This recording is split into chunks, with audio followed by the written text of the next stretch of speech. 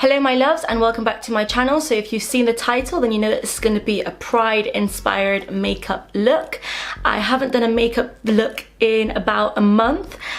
Guys, let me know, do you like me having a bit more variety on my channel other than makeup videos, or do you prefer just makeup videos? Let me know down in the comment section. Also, if you're not following me on Instagram, please follow me because I'm doing the 100 days of makeup challenge, and at the moment I'm doing the Pride series. So this look is going to be day 55. Also, you would have seen the appearance of this wig during my 100 days of makeup challenge. It is from Amazon once again, as all my wigs are, or most of my recent wigs are.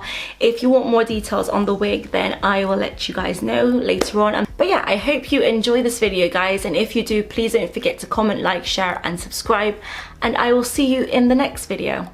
So my brows have already been done with the Benefit Brow Kit, and I'm just going to move on to my NYX eyeshadow base in white. I have used this so much throughout my 100 days of makeup challenge.